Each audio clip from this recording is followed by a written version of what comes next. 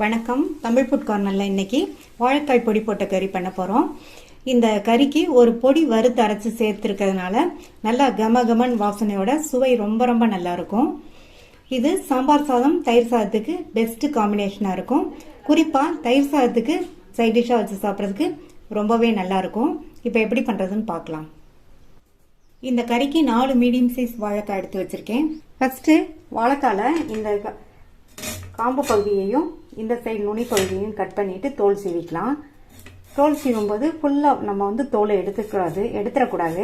லைட்டாக இந்த மாதிரி சீவினா போதும். இப்படி லைட்டாக கட் பண்ணிட்டு இப்படி எடுத்தோம்னா வந்துடும். இதே மாதிரி எல்லா வாழைக்காயையும் தோல் சீவிட்டு அதுக்கப்புறமா பார்க்கலாம். இந்த மாதிரி கட் பண்ணிட்டு வாழைக்காயை இந்த மாதிரி நீல வாக்கில் 3 அல்லது 4 பீசஸாக கட் பண்ணிக்கோங்க. இந்த மாதிரி கட் பண்ணோம்னா நமக்கு பீசஸ் நீல வாக்கில் கிடைக்கும்.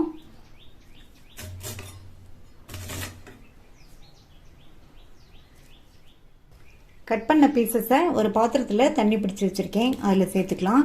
இந்த மாதிரி தண்ணியில் சேர்த்துட்டோம்னா வாழைக்காய் கருத்து போகாமல் இருக்கும்.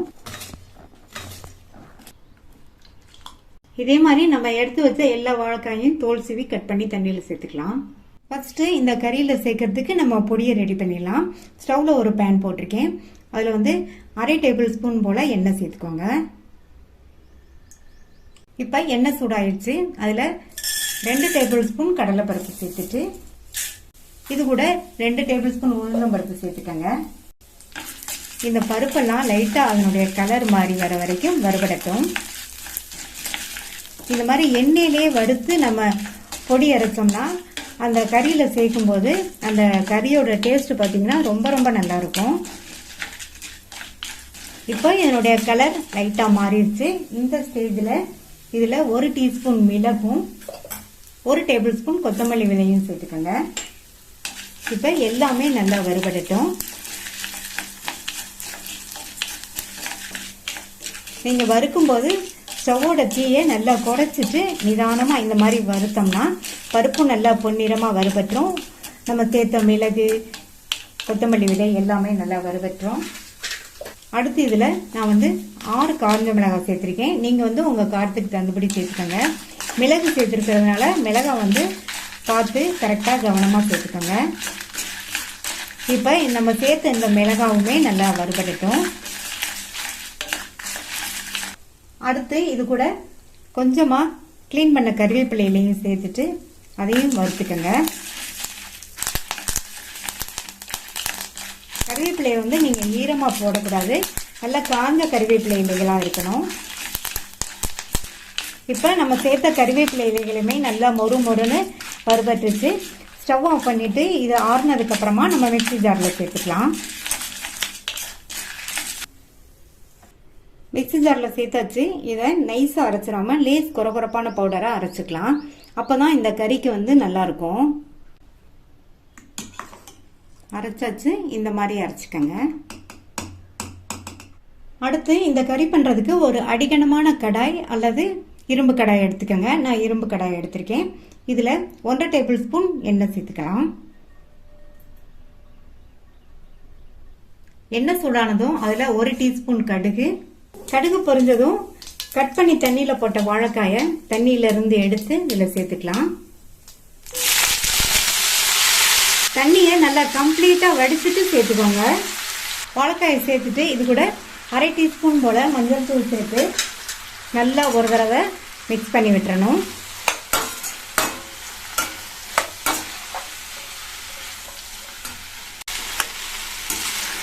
நல்லா மிக்ஸ் பண்ணி விட்டாச்சு.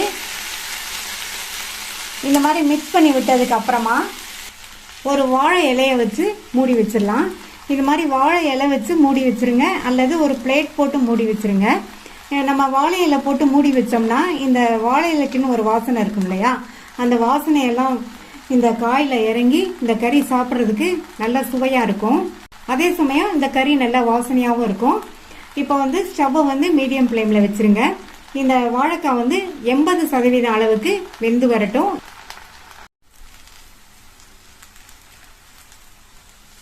வெந்துட்டு இருக்கும்போது இலையை எடுத்துட்டு இந்த மாதிரி கிளறி கிளறி விட்டோம்னா எல்லா காயுமே நல்லா ஒன்று போல இருக்கும்.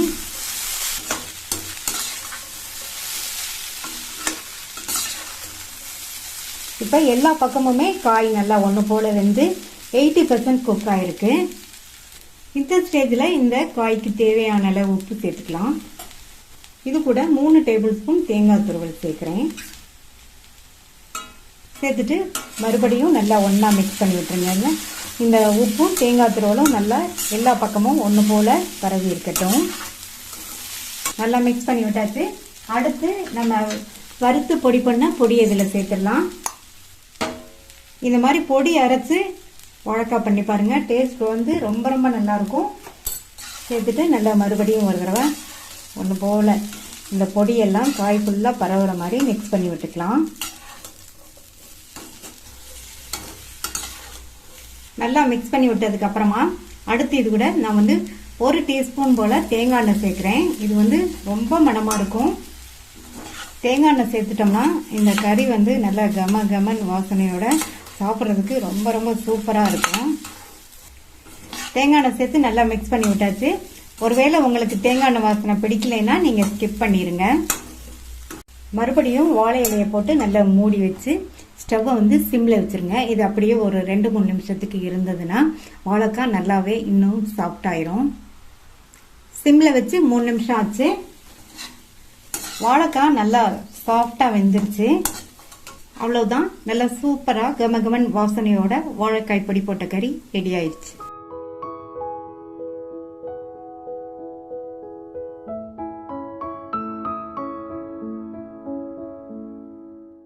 ஈஸியா வேகமா 10 நிமிஷத்துல பண்ணக்கூடிய வாழைக்காய் பொரியல் பண்ண போறோம். 2 மீடியம் சைஸ் வாழைக்காயை தோல் சீவிட்டு சின்ன சின்ன துண்டுகளா கட் பண்ணி தண்ணியில போட்டு வச்சிருக்கேன். இந்த மாதிரி தண்ணியில போட்டு வச்சிட்டோம்னா வாழைக்காய் கருத்து போகாம இருக்கும். இந்த வாழைக்காயை இந்த பேன்ல சேர்த்துட்டு இது கூட தாராளமா முங்குற அளவுக்கு தண்ணி சேர்த்துக்கணும். ஏன்னா நம்ம இது வெந்ததுக்கு அப்புறமா வடிகட்ட போறோம் தண்ணியை. இது கூட 1/4 டீஸ்பூன்ல பாதி மஞ்சள் தூள், 3/4 டீஸ்பூன் உப்பு நல்லா மிக்ஸ் பண்ணி விட்டுட்டு வேக வைக்கணும். நம்ம வாழைக்காயை நல்லா குட்டி குட்டியாக கட் பண்ணியிருக்கிறதுனால இதை 1-2 நிமிஷம் வேக வச்சா போதும். இப்போ இந்த தண்ணி நல்லா கொதிச்சு வரட்டும்.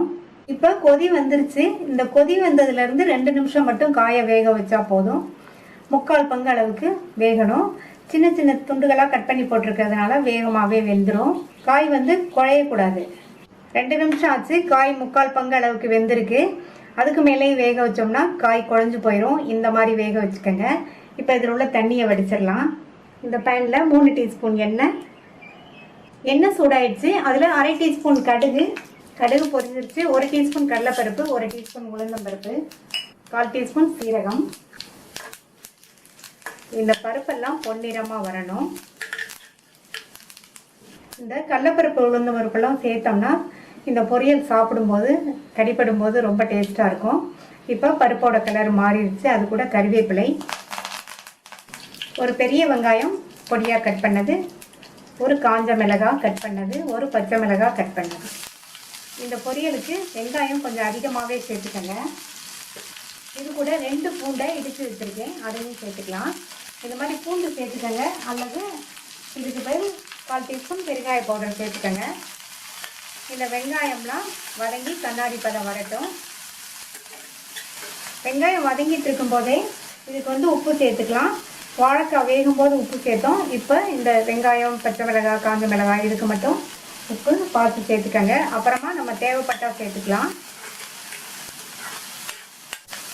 நான் காஞ்ச மிளகாவும் பச்சை மிளகாவும் சேர்த்துருக்கேன். நீங்கள் ஃபுல்லாகவே பச்சை மிளகாய் சேர்க்கறதுனாலும் சேர்த்துக்கங்க.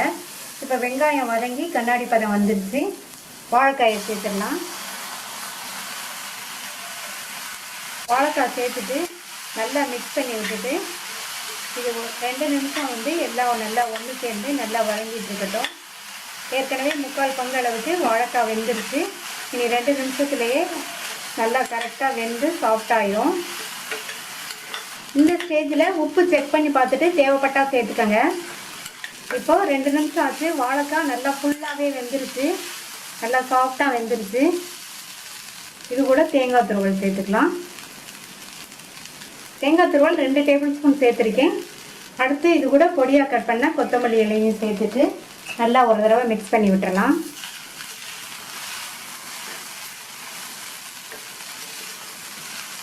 சுவையான 10 நிமிஷத்தில் பண்ணக்கூடிய வாழைக்காய் பொரியல் ரெடி ஆயிடுச்சு.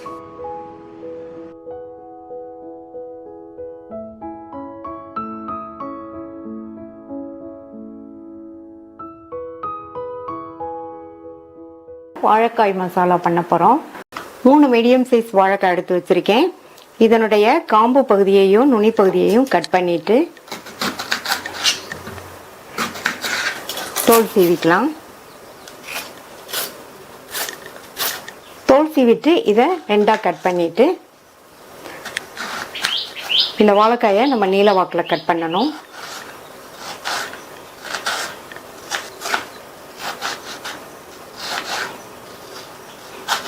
இது மாதிரி கட் பண்ணி தண்ணியில் சேர்த்துக்கலாம். இது மாதிரி கட் பண்ணி தண்ணியில் சேர்த்தோம்னா வாழைக்காய் கருத்து போகாமல் இருக்கும். இந்த பேனில் தண்ணி விட்டு நல்லா கொதிச்சிட்ருக்கு. இந்த மாதிரி கொதிச்சதுக்கு அப்புறமா நம்ம கட் பண்ண வாழைக்காயை இதில் சேர்த்துக்கலாம். இதில் 1 டீஸ்பூன் உப்பு சேர்த்துருக்கேன். உப்பு சேர்த்துட்டு நல்லா கலந்து விட்டுருங்க. இந்த வாழைக்காய் 3 நிமிஷத்துக்கு மட்டும் வேகட்டும். அதுக்கு மேலேயும் வெந்ததுன்னா மசாலாவில் சேர்க்கும் போது வாழைக்காய் குழஞ்சு போயிடும். காய் வெந்துட்டு இருக்கும்போது இந்த மாதிரி கலந்து விட்டுக்கங்க. எல்லா காயுமே ஒன்று போல வெந்துடும். 3 நிமிஷம் ஆயிடுச்சு. வாழைக்காய் பாதி அளவுக்கு வெந்திருக்கு. தண்ணியை வடிச்சிட்டு இதை தனியாக ஒரு பிளேட்டுக்கு மாற்றி வச்சிடலாம். இந்த பேனில் 1/2 டேபிள் ஸ்பூன் எண்ணெய் சூடானதும் அதில் 2 சின்ன பீஸ் பட்டையும் 1/2 டீஸ்பூன் சோம்பும் சேர்த்து நல்லா பொரிஞ்சதுக்கு அப்புறமா ஒரு பெரிய சைஸ் பெரிய வெங்காயத்தை கட் பண்ணி சேர்க்குறேன். கூடவே கருவேப்பிலை, 5 பல் பூண்டை தட்டி சேர்த்துக்கலாம்.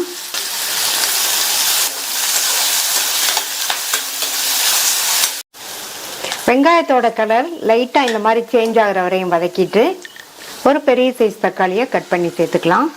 வாழைக்காய் வேக வைக்கும்போது உப்பு சேர்த்தோம். இப்போ ஒரு 1/2 டீஸ்பூன் உப்பு சேர்க்குறேன். இந்த வெங்காயம் தக்காளி நல்லா இன்னுமே வதங்கி வந்துடும். தக்காளி எல்லாம் ஓரளவு வதங்கியிருக்கு. இதில் 1/4 டீஸ்பூன் மஞ்சள் தூள், 1 டேபிள் ஸ்பூன் தனி மிளகாத்தூள், 1/2 டேபிள் ஸ்பூன் மல்லித்தூள், 1/4 டீஸ்பூன் சீரகத்தூள். இதில் கொஞ்சமாக மட்டும் தண்ணி சேர்த்து நல்லா வதக்கி விட்டுக்கங்க.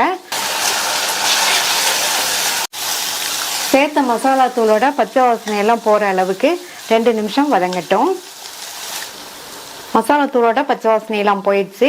இதில் ஒரு 100 ml மட்டும் தண்ணி சேர்த்துக்கலாம்.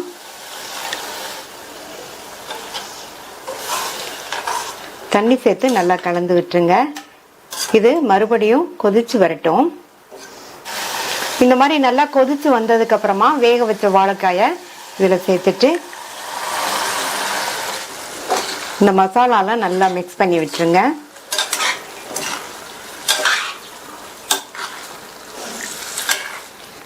இந்த மாதிரி நல்லா மசாலாவில் மிக்ஸ் பண்ணிட்டு மூடி போட்டு ஸ்டவ்வை சிம்மில் வச்சுருங்க. 4 இருந்து 5 நிமிஷத்துக்கு அப்படியே இருக்கட்டும். இடையில ஓப்பன் பண்ணி பார்த்து அப்பப்போ கிண்டி மட்டும் விட்டுக்கங்க. சிம்லேயே வச்சு 4 நிமிஷம் ஆச்சு. வாழைக்காயெல்லாம் நல்லா கரெக்டாக வெந்திருக்கு. நல்லா சாஃப்டாக வெந்திருக்கு எல்லா வாழைக்காயுமே. அடுத்து இதில் பொடியாக கட் பண்ண கொத்தமல்லி இலைகள் கொஞ்சம் சேர்த்துட்டு நல்லா மிக்ஸ் பண்ணி விட்டுறலாம். சூப்பரான டேஸ்ட்டில் வாழைக்காய் மசாலா ரெடி ஆயிடுச்சு.